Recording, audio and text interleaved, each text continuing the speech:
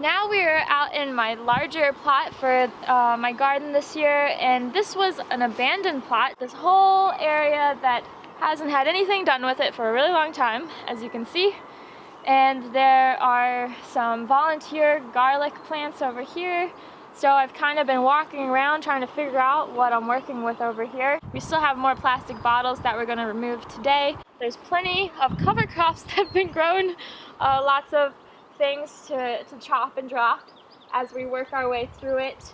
We're trying to get started a little bit early here before everything starts greening up and getting really vigorous. So we'll kind of chop back as we go. We'll lay out wood chips. If I had cardboard, this would be a great use for it, to cover all of this with cardboard and then put the wood chips in the paths. But we don't have cardboard, so we're going to start with wood chips, and we're just going to continuously mulch during the summer as we need to. I'm not double digging these beds because when I checked, they're really soft. And since it's already soft and really nice, I don't want to disturb that structure too much down deep. I'm just going to kind of build on top of it and add the minerals like that, since we have so many resources back here, and I'm trying to clear out this space to make it functional for maybe some different kind of amendments I'm going to brew back here and stuff like that. And so now we get to dive in and do some work.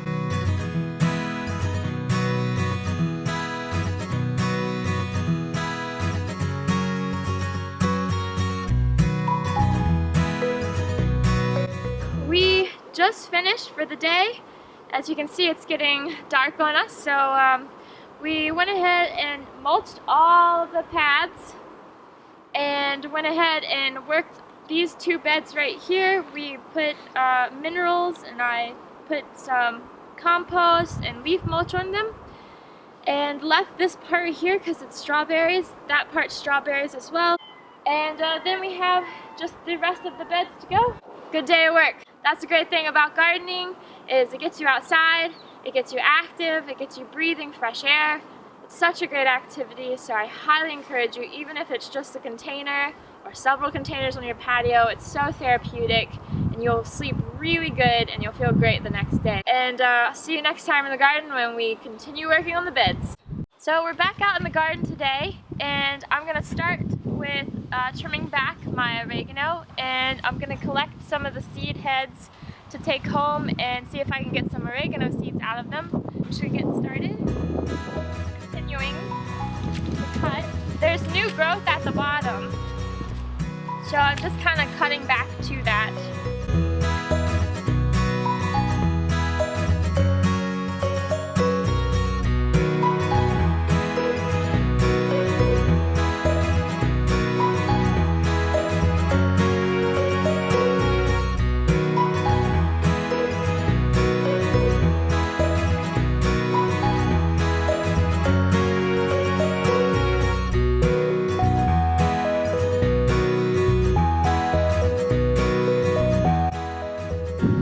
Should be able to get some sunlight, and it'll start growing for the new season. We've got lots of heads here to try to collect some oregano seeds. So let's get to it and start working on making the beds.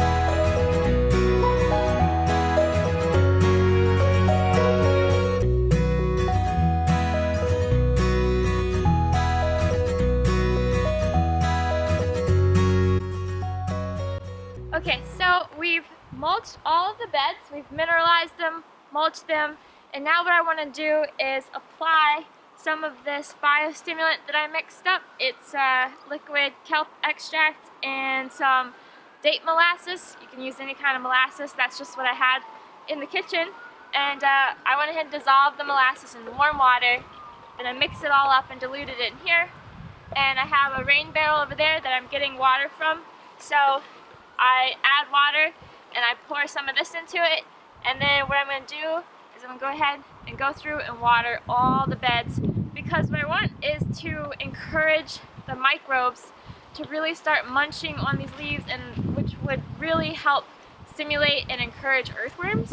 And so the earthworms can start incorporating the organic matter into the beds, and that will help kind of break down some of the grassy material that I turned over in the beds.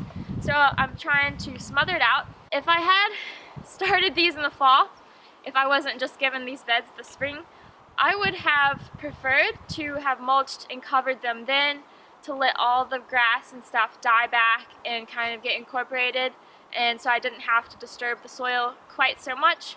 But the spring is already here.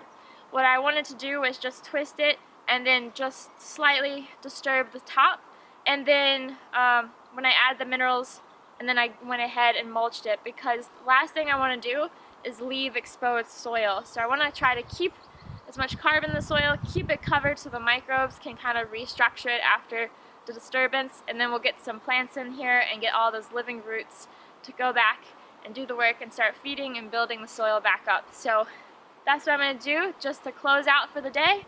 Go through, water everything, and then I'll see you next time when we start planting seeds.